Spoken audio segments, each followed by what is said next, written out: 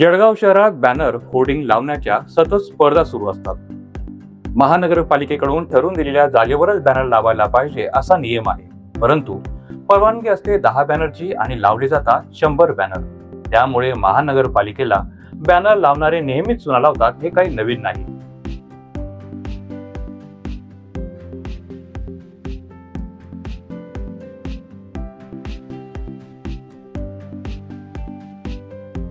महानगरपालिकेची परिस्थिती जेमतेम असल्यामुळे शहरातील विविध प्रमुख रस्त्यावरील दुभाजकांचे सुशोभीकरण व देखभाल करण्यासाठी विविध सामाजिक संस्था तसेच व्यावसायिकांना परवानगी देण्यात आली आहे. या योजनेअंतर्गत संबंधित संस्था किंवा व्यावसायिकांनी दुभाजकांची दुरुस्ती करणे, रंगरंगोटी करणे, फुलझाडे लावणे, परिसर स्वच्छ ठेवणे तसेच वेळोवेळी देखभाल करणे बंधनकारक करण्यात आले आहे. नमस्कार, मी सुनील बोडे आणि आपण बघत आहात साक्षीदार न्यूज.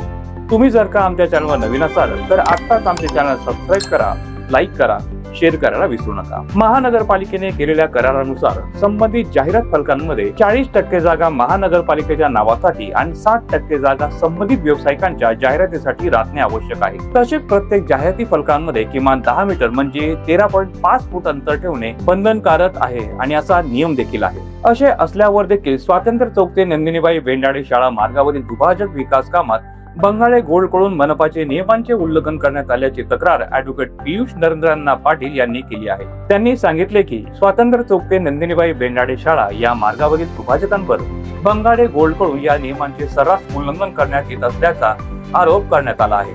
संबंधित ठिकाणी लावण्यात आलेल्या फलकांवर 100% स्वतःच्या व्यवसायाची जाहिरात करण्यात आली असून त्यामध्ये महानगरपालिकेचा कुठेही उल्लेख आढळून येत नाही.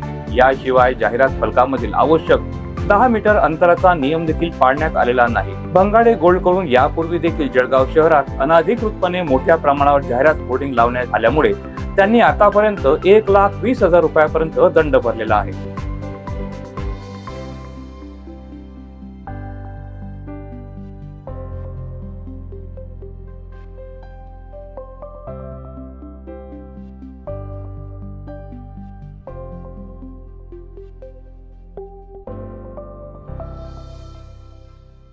तरी देखील नियमांचा भंग सुरू असल्याने संबंधित करार तात्काळ रद्द करण्यात यावा अशी देखील मागणी ॲडव्होकेट पियुष नरेंद्र अण्णा पाटील यांच्याकडून करण्यात आली आहे. पियुष पाटील यांनी माहिती अधिकारातून या कराराबद्दल माहिती मागितल्यावर त्यात बंगाळे गोल्डकडून महानगरपालिकेसोबत करण्यात आलेल्या कराराबाबत धक्कादायक माहिती समोर आली आहे. करारनामा करताना ज्या स्टॅम्प पेपरवर करार करण्यात आला आहे त्यावर वय नमूद केलेले नाही. करार कोणत्या तारखेला दाखल करण्यात आला आहे हे देखील नमूद नाही.